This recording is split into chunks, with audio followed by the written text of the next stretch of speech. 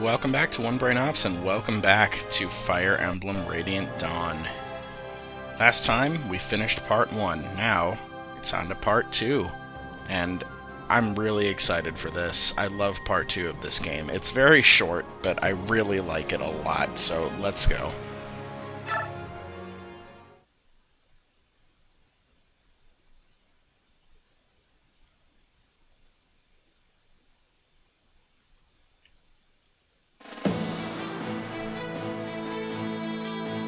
Dain has been reborn. Word of King Peleus's coronation reaches neighboring Crimea within days. Crimea itself has spent the past 3 years rebuilding from the damage it suffered during the Mad King's War. News that Ashnard's son now sits on Dain's throne sends waves of unease and worry rippling across the land. Alas, this is not the only thing disturbing the people of Crimea during this time. There is an ever-widening gap emerging between Crimea's noble class and the nation's young ruler, Queen Alincia.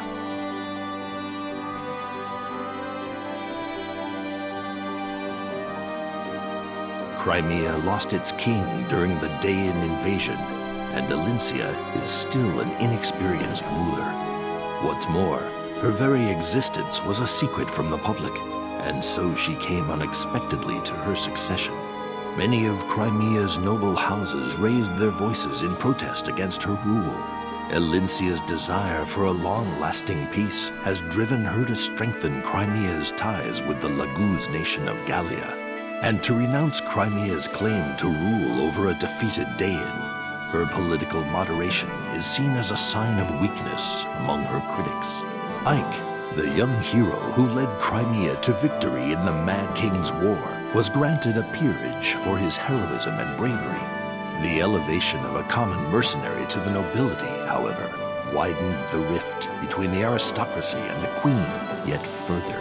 Perhaps to avoid becoming mired in these power struggles, Ike renounced his peerage and took his leave of the court. Yet Ike's actions did little to placate the nobility. They continued to criticize the Queen's every decision and lay squarely at her feet the blame for all of Crimea's woes.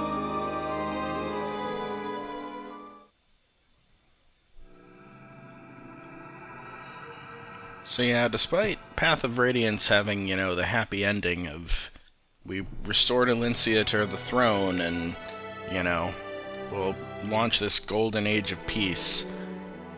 Yeah, there's quite a lot of unrest. Her first 3 years, it sounds, haven't gone particularly well.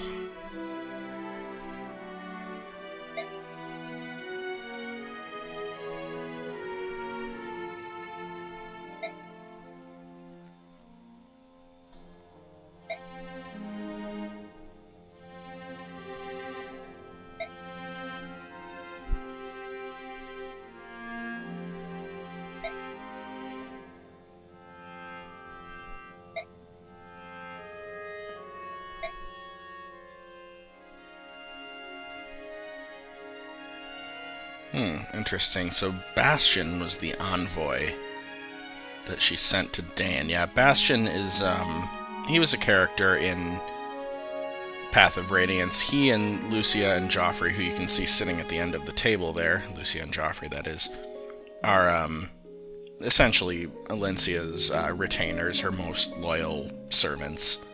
And Lucia and Joffrey are siblings, and Alincia was raised with them, so they kind of grew up as siblings.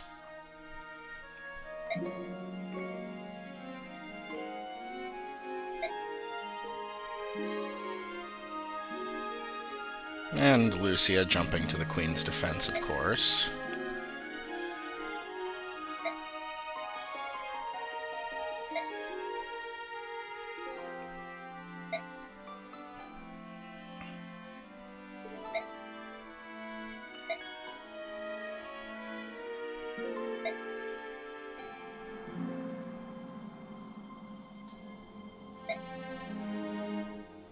Yeah, there's a few subtle indications that totally went over my head when I played this as a kid that Joffrey and Alencia have more than a just queen and her loyal subject type relationship.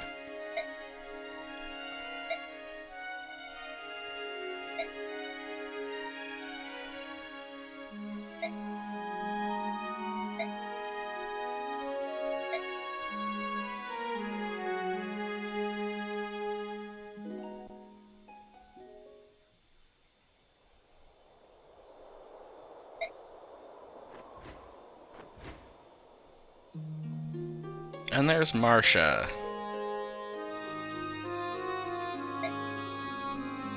Another friend of ours from Path of Radiance. Yeah, we're going to be getting to see an awful lot more Path of Radiance characters starting now.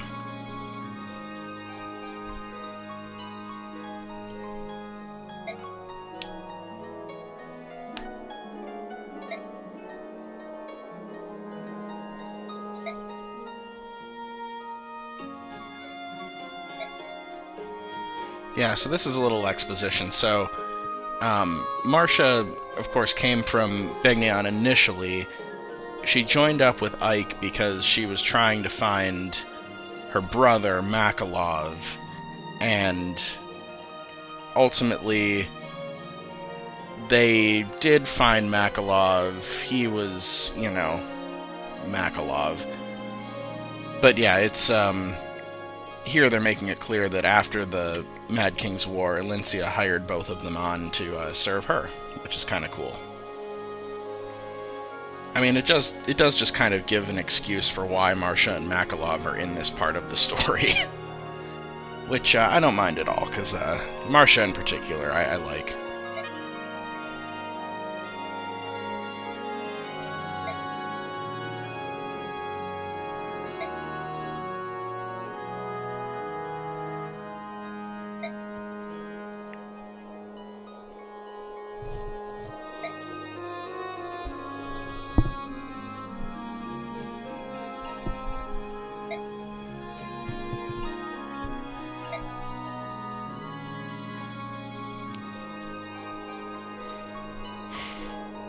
That line always reminds me of the Futurama line where Amy Wong says, "And if you were Pope, your parents would be all like, straighten your Pope hat." That's what that always reminds me of.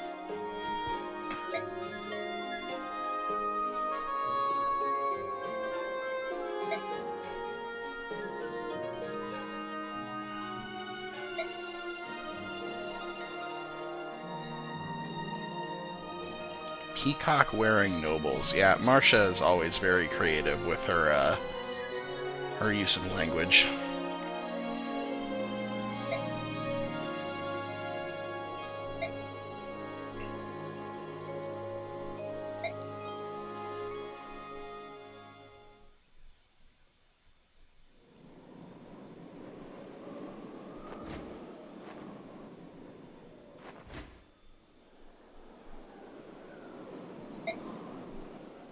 Oh boy, here we go.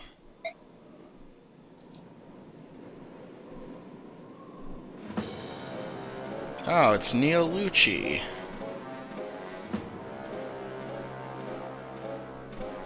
Yeah, Neil Lucci was in Path of Radiance, but he wasn't playable. He is going to be playable here in Radiant Dawn, starting in this chapter. And so is Leanne, who also was not playable in Path of Radiance, but we're going to get to use her here. And here I looked up the translations for Leanne's dialogue, because like Volug, she does not speak the common tongue. Here she says, "Why are these soldiers bothering us?"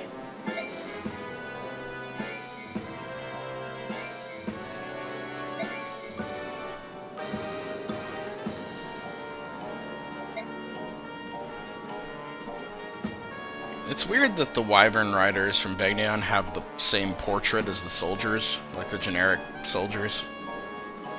You'd think they'd have a different helmet or something.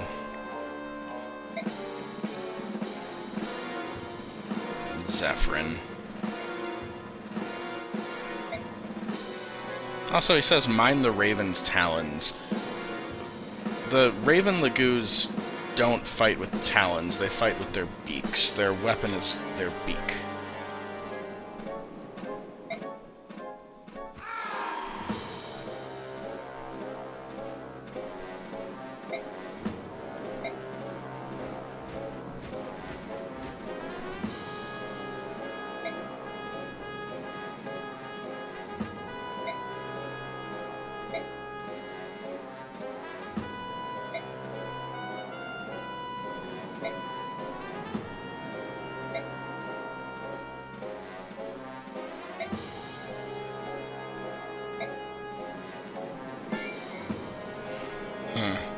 Yeah, I guess Alencia doesn't want to create a diplomatic incident here.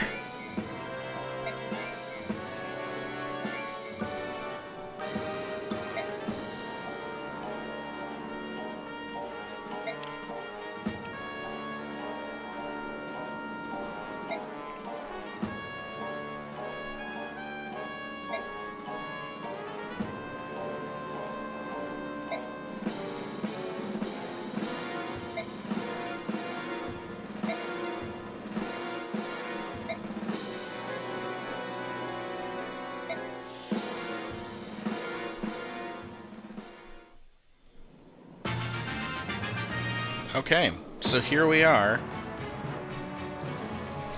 This is Part 2 Prologue, and what a cool map this is. I love it so much. So we are fighting in the sky, and all the units on the map are flyers. All the enemies are Wyvern Riders. We've got Marcia, Alencia, and the two Lagoos here. And the cool thing about this map is that the clouds are terrain. They give plus 15 of Void, plus 1 defense, and they move from turn to turn also. So that's just a really cool idea. Kudos to whoever came up with this idea for a map. It's awesome. But, okay, let's check out our units. So, Alencia... So, yeah, a Slim Sword and a Mend Staff. So she actually has a B in Swords and an A in Staves. Her class is Queen. So she is actually a 3rd tier to start with here. She's actually the first 3rd tier that you get access to, unless you somehow manage to 3rd tier somebody in Part 1. Yeah, anyway, she starts out as level 1 Queen, and she's rather unique in that she's a flying staff user in this game, and I really do like her as a healer. Despite the fact that she can't reach an SS in Staves, I usually do like to bring her as my primary healer for endgame. And the other thing that's great about Alencia is she's one of the few characters in this game that actually gets character development. And most of that is going to come here in Part 2. So, as for her starting weapons here, so offensively, she's really weak because she's got a Slim Sword, which has a might of 2. I mean, the Mend Staff has a might of 0. You're only losing 2 might if you have the Mend Staff equipped as opposed to the sword. So she can counterattack with the staff almost as effectively as she can with the sword, which is not all that effective. She does, however, have a mastery skill, because all 3rd tiers in this game get a mastery skill, and stun is basically just an extra critical hit chance. It also does paralyze an enemy for 1 turn, which is nice if you happen to leave them alive, but normally stun will not leave an enemy alive. In this chapter with Alencia, it might, because her attack power is so weak. She also has Renewal, which is the same skill that we gave to Volig. Okay, then Marcia. So Marcia's a Falcon Knight, so she's level 5 2nd tier. And you can see there her starting stats. They're not super impressive, but she's a very capable unit. And I have decided, because as I was kind of planning out my endgame party that I was going to use for this playthrough, I realized that because I'm going to be bringing so many mages who can all use staves to endgame, I really don't want to bring Alencia. And I was tempted to bring her because she can reach an SS and sword, so she could be a staff user and also one of my SS sword users. But I ultimately decided I'd rather have a 2nd True Blade as a sword user, and that left me with basically no characters that I was planning on using from Part 2 of the game. So I decided at that point, I'm actually going to try to train Marcia up to be my SS Lance user. So we're going to be trying to feed her kills, and she's going to be, assuming I don't get RNG screwed, my Lance user for endgame. And I'll probably end up pairing her support with Jill eventually, because they're both flyers and they can kind of go to the same parts of the map. Okay, and then Neolucci and Leanne. So Neolucci obviously is a Raven. He's not particularly useful later in the game, but he's pretty strong for part 2. He is a Laguz, and I always liked the touch here that his Laguz stone is 2 out of 3 uses, so he used the first one in that cutscene to transform. I always thought that was a nice touch. But yeah, Ravens specialize in speed, so he's going to be faster than pretty much everybody. He's going to double everything, and he hits decently hard in this part of the game, so he'll do pretty well. You just have to be careful with his transform gauge. And then Leanne. And yeah, Leanne doesn't need that concoction to start with. We're going to give that to somebody else as soon as we can. So Leanne... So unlike Raphael, who we had in part 1, Leanne can fly. But also unlike Raphael, who can chant for 4 people at once, Leanne can only chant for 2. So it's always going to be the 2 characters who are either north and south of her, or east and west of her. So you just put her in the middle of the 2 characters you want to chant for. And this is true whether she's transformed or not. So, ultimately she is considered to be the worst of the 3 Herons in terms of utility. And that is objectively true. I actually do find her to be the most fun to use, though, because it's a rather unique sort of mechanic, and you have to set up, you know, your chants and things. And we'll see a little bit of that in this chapter, and then later on we get to use her again. The other thing is that with everybody being flyers on this map, everybody has Canto, so you want to make use of your Canto abilities here. So we're going to start by taking out the wyverns closest to Leanne. Now, if you leave her in range of any of these wyverns, they won't attack her, they will just attempt to kidnap her. So it's essentially like they've rescued her, and then if you kill the one that's holding her, they'll drop her. We're going to try to not let her get captured at all. Once they kidnap her, they will try to fly to the edge of the map, and if they get off the edge of the map, it's a game over.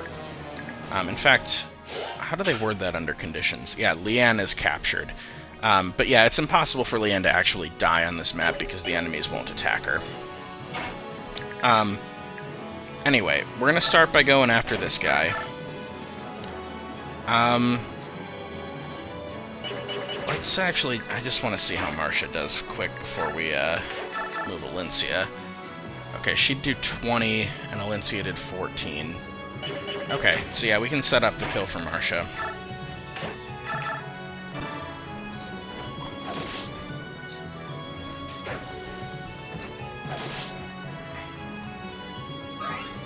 Okay, and then I'm going to have Alencia go here.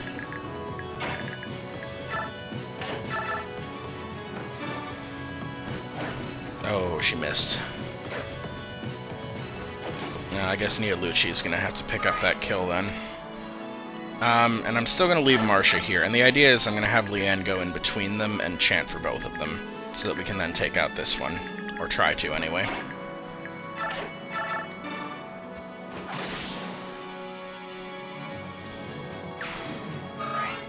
Okay, and I'm going to put Neolucci up here. Actually, Leanne's movement is 5. Okay, so she could go 1, 2, 3, 4, 5. So she could Canto up to this space. Okay, I'm going to put Neolucci here.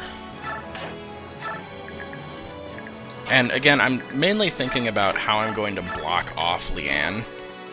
So you can see there, she chants for Alencia and Marcia here, or I could have chanted for Neolucci, but I can only do either the north-south or the east-west. Okay, so what I'm going to want to do... Okay, because this one can't get to Leanne. We're going to try to kill this one, and then this one we're just going to block off. So if I just have Alencia and Marcia Canto onto these 2 spaces, we'll be fine. Okay, so again, can we just set up a kill for Marcia? Okay, you do 18 to this one. Ooh, we actually can't set up this kill. Okay, well, I'm gonna hope that Valencia can get stunned then, because otherwise Leanne's gonna get captured here. I overestimated the strength of Valencia and Marcia a little bit.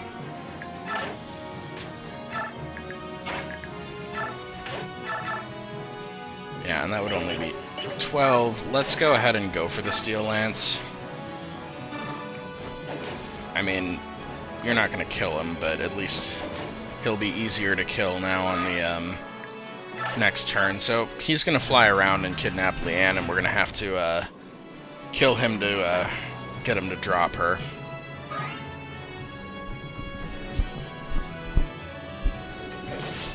Ouch. Yeah, and part of the annoying thing about this chapter, I guess the one annoying thing, is that Marcia is going against Weapon Triangle at all times. Okay, so then, because Leanne is captured, she's not going to be able to chant for anybody, so we've got to kill this guy first. Then I guess we can have Marcia take out this one, and Neolucci just weaken this one. Problem is, he's still going to be able to get around there. That's really annoying. Okay, let's take out this one.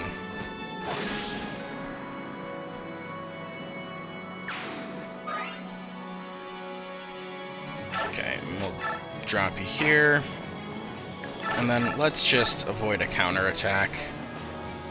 Well, you could miss that, but I don't have time to heal you, so we're going to go for this. Okay.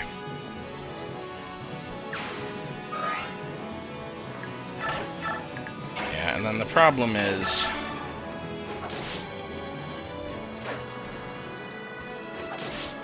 that you're still alive, and he can reach to kidnap Leanne again.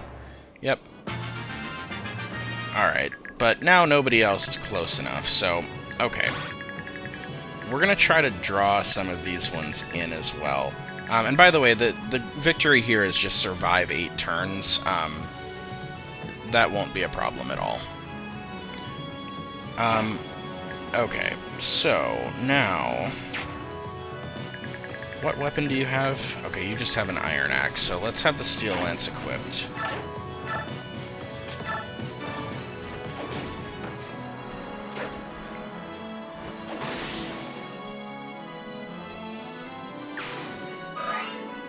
Okay, so that frees Leanne, and then we're going to just have Marcia...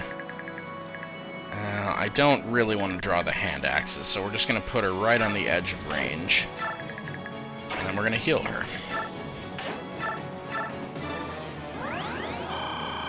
And that's the first use of a men's staff in this playthrough, because I never bought one throughout Part 1. And then let's actually just shove Leanne over a little bit. I just kind of want everybody on the left side of the map here, and you'll see why in a bit. Okay, so that hand axe one is starting to move, but he didn't, obviously, wasn't able to reach Marcia. Okay, and now we have Leanne free again. So yeah, I kind of messed up the early turns by getting her captured there, but, yeah, that does make things quite a bit harder if that happens. Okay, so now you could do 14. And what could Marcia do? Yeah, 20. Okay, so you're just like that initial one we faced. So I could have Marcia probably take out both of these guys. With some help from our Heron friend. Okay, so Leanne can get up to here. Right next to where that one is, so... Ooh. Yeah, your hit rate. Okay, well, you know what? We can make Valencia move twice as well, and she can heal Marcia again. Oh. Man. Alright, well, I guess Neolucci's gonna have to bail us out again here.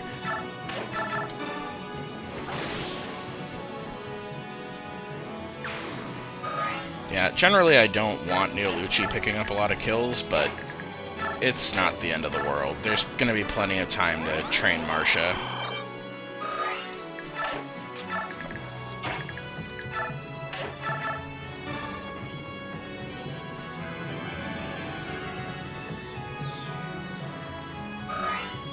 Okay, and now before I go attack that one, let's just check the ranges of everybody else. Okay, and I think I want to have Alincia bait somebody, not Marcia this time. And I have reasons for that, but yeah, we're gonna go for this.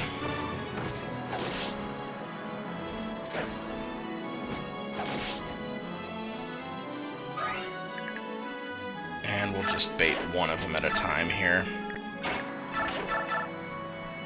Okay, and please dodge this 26. There you go. Yep, using the evasion bonus from the cloud there.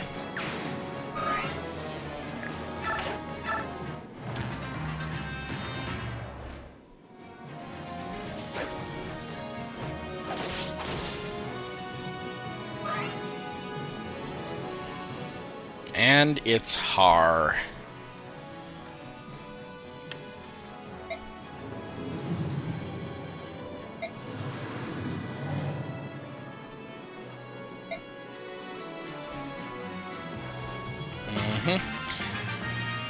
So, yeah, Har has joined, and he's a green unit, and you want to recruit him quickly because he will eventually fly off the map if you don't. Marcia's the only one who can talk to him, I do believe. Yep.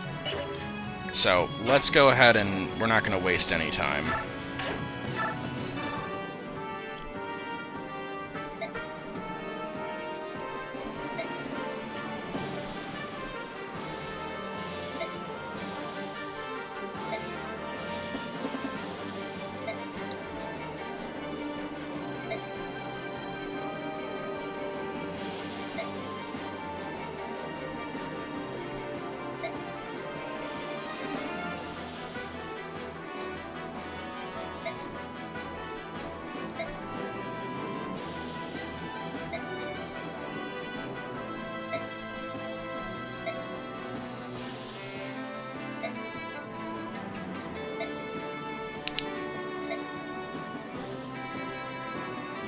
Ooh, she pulled the Jill card.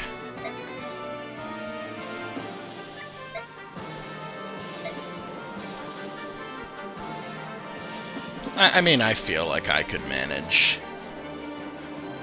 We just have to survive 8 turns. We don't have to kill the boss. But with Har on our side, we're gonna have no trouble killing the boss.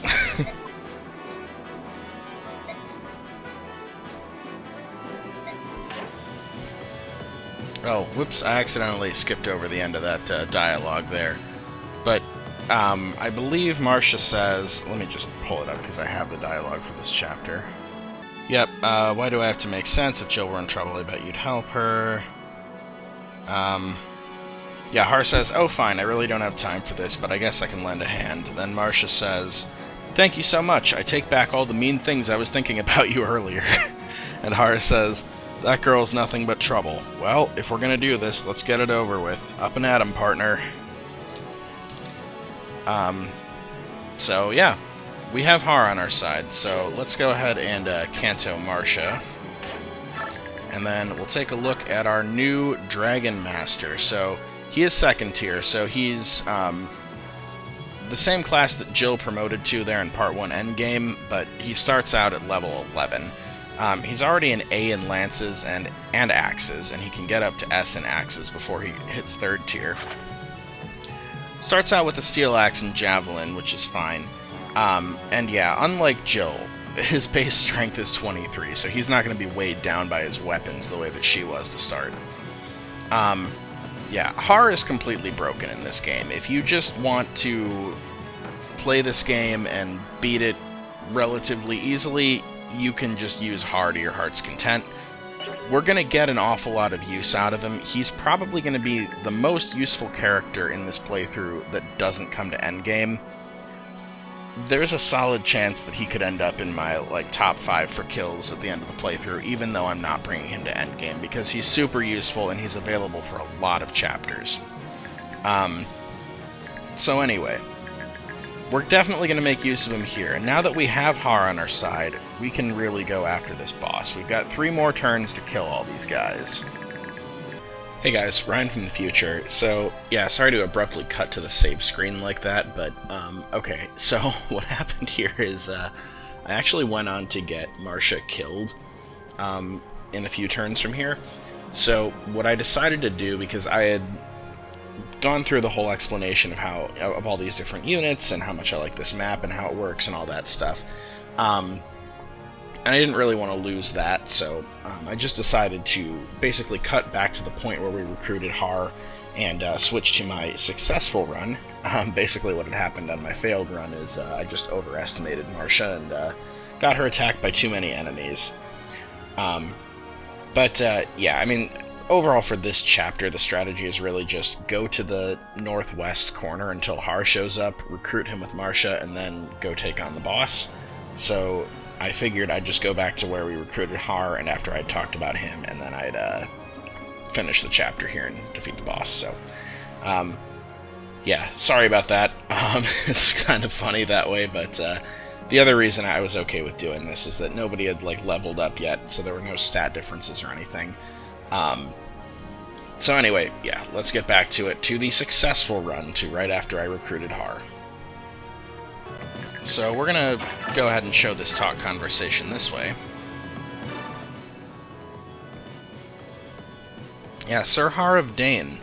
Yeah, that's interesting.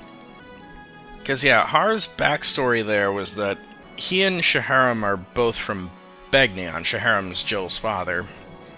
And they defected to Dane prior to the Mad King's War. So yeah, I guess he is Sir Har of Dane, but then, of course, he then defected from Dane to serve Crimea in Path of Radiance, so it's interesting. He's kind of a man without a country. He served all three Bjork nations.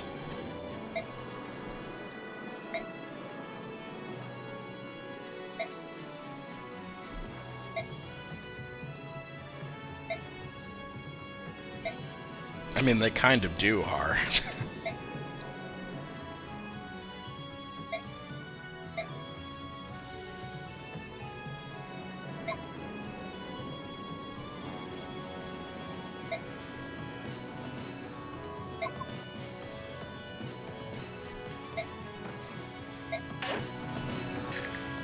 Okay, welcome back. So, yeah, I decided to actually just go to the point where Har shows up here, and we'll show the rest of the map from here. So I'll actually show the end of this talk conversation that I accidentally skipped over.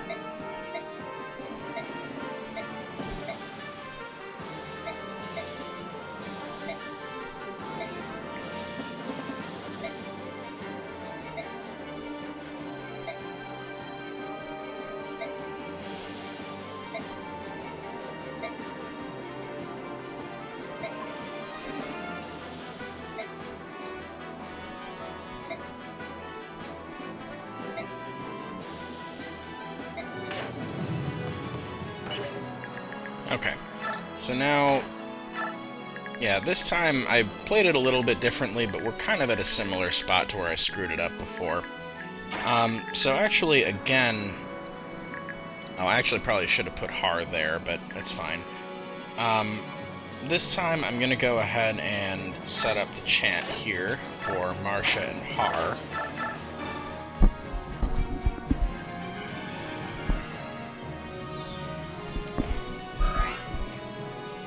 And, yeah, at this point here on turn 5, Neolucci's transform gauge is down to 8, because I had him fight a little bit, so, yeah, it's...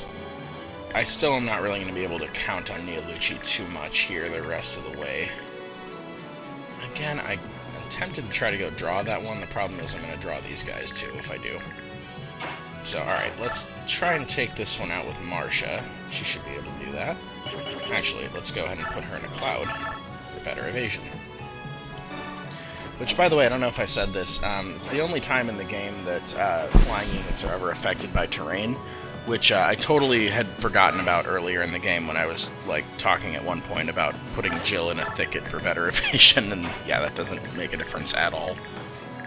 Okay, and then we're going to use Har and just equip his Javelin and just try to draw everybody. This one's going to go for Marcia, the rest are going to go for Har. And And in fact, let's just take everybody's range into account. And by the way, in this second attempt here, I did still manage to get Leanne captured once, but it wasn't fatal. Yeah, and I probably should have cantoed Leanne a little bit closer, but it'll be fine. Yeah, I love this boss conversation, by the way.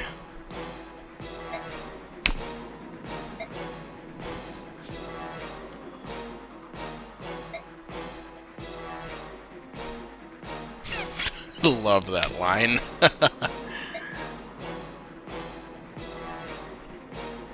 Oh, now you've made him angry.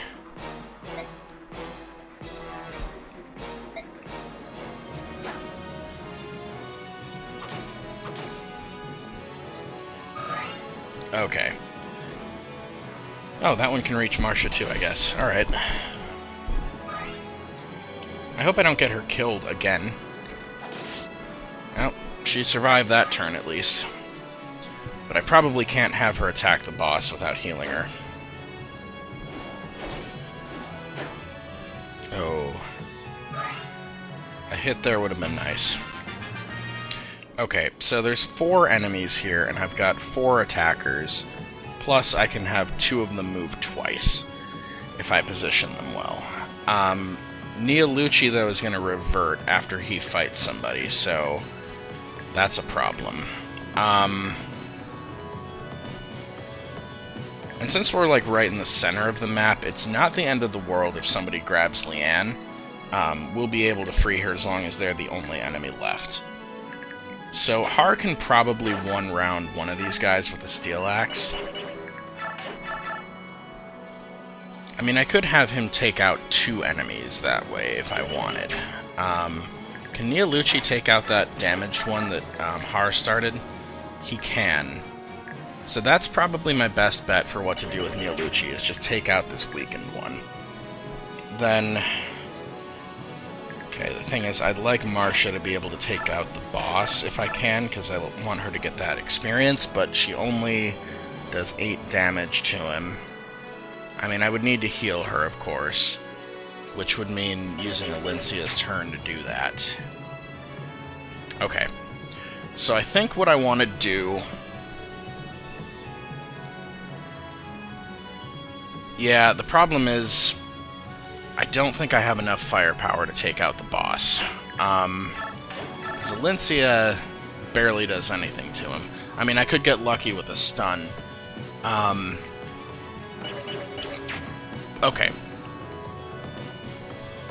Okay, so like I said, it's not the end of the world if one enemy is left alive, even if it is the boss, because we can easily take him out even if he takes Leanne. So... we're going to do that. We're going to chant for... we're going to set up a chant for Alincia and Har. Oh, actually, can Marcia take out this other one that I was going to use Neolucci for? Not with a javelin.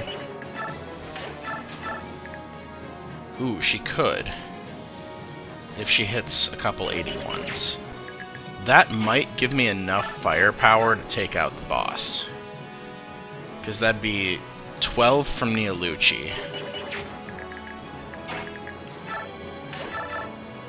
8 from Marcia, which is 20. Yeah, it's not quite enough firepower. Okay, so the original plan.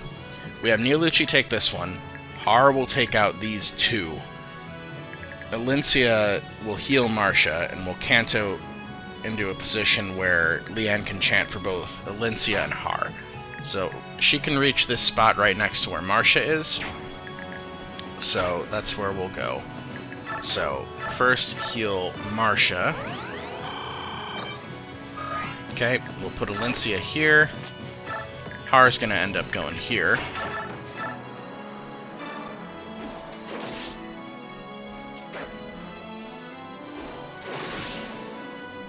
Okay. Then we go ahead and chant for those 2. This is what I mean about liking how Leanne works in this, and like it makes you kind of plan out these sorts of maneuvers. I really like that about it. Okay, and I guess Marcia, for a little experience, could throw a javelin at this guy.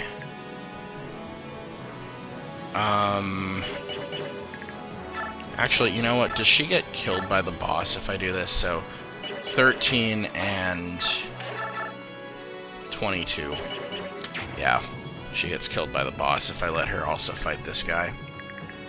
Okay, so let's actually just put her here and throw javelins, and it doesn't... I mean, I'm not going to kill him with her, but Neolucci will take him out. And before Neolucci takes him out... Well, now let's go ahead and do that now, actually. And then this will cause him to revert, which is okay. He can survive an attack from the boss if he's untransformed. Oh, actually, he didn't revert. He's got one left. Wow, okay, I actually... That's good. Okay, and then we're going to go ahead and do this. Oh yeah, and Har has cancel, by the way. And then, how does Alincia do against the boss? I know she doesn't do much damage, but... Oh, she takes 18. But that's a 20 hit rate. He'd have to hit 20 twice. I'm gonna try this and hope for a stun, because a stun would be really nice. Also, I want to show his boss dialogue against her.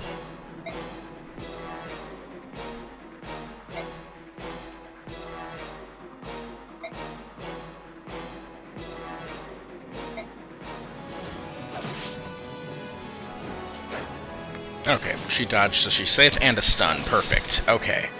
Yeah, that's what I was hoping for, because he's immobilized. It's one of the rare times that stun won't actually kill the enemy. But that's really good. And yeah, it would have been okay if he had kidnapped Leanne there, because we'd be able to kill him. Okay, so now, can Marcia... How do you only do 3 now? You were doing... Oh, he's in a cloud, that's why.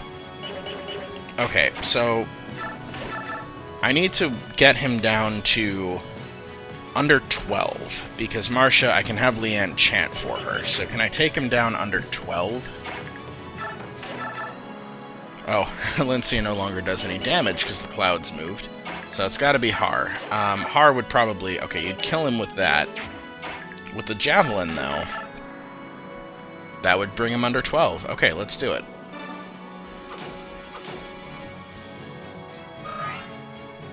Alright. And then Marcia.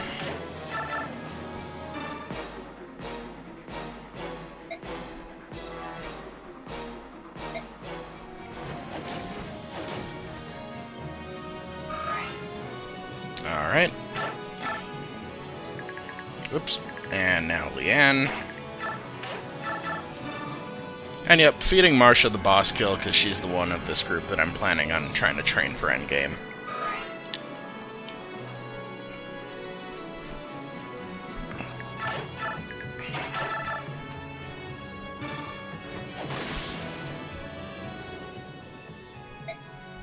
Love his death quote. Rah! Rah! And you leveled up. Okay, skill, speed, luck, defense, not bad. Okay, and we got that short axe from the boss. I'm gonna go ahead and, since the map doesn't end until the end of turn 8, because it's a survive for 8 turns, so even though we've killed all the enemies, the map isn't over. And then I'm just going to go ahead and, before we end the map, trade that short axe over to Har. And let's get another 10 XP for Leanne.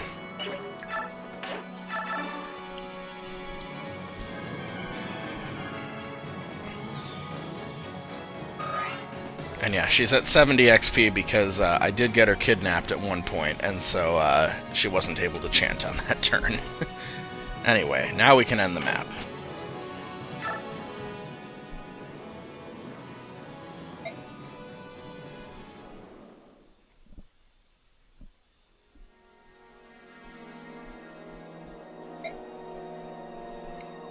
Okay, and I gotta look up her translations here again. So, Alincia asked if she's okay. Leanne says, "Queen Alincia, thank you for helping us. I'm happy to see you again."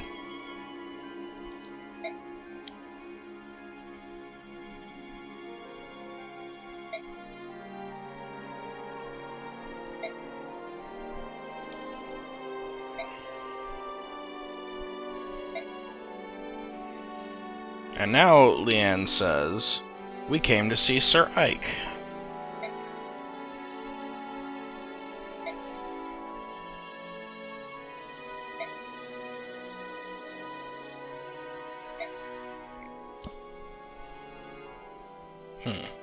Okay. Well, we kind of knew that from the opening map narration, that Ike had renounced his peerage.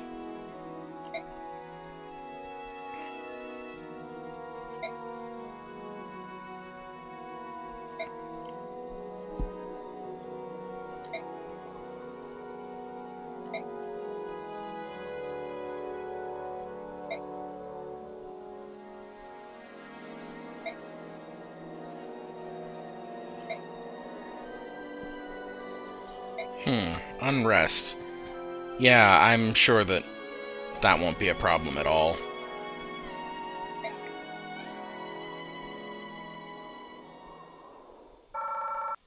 Okay. And yeah, obviously no turn bonus on that map because it's a survive for 8 turns map. Alright. Well, that is the end of that chapter. I'm a little embarrassed that I failed that once, but it's okay. That's a really kind of a fun prologue. Of the prologues in this game, the first chapters of each part, that one is my favorite, for sure.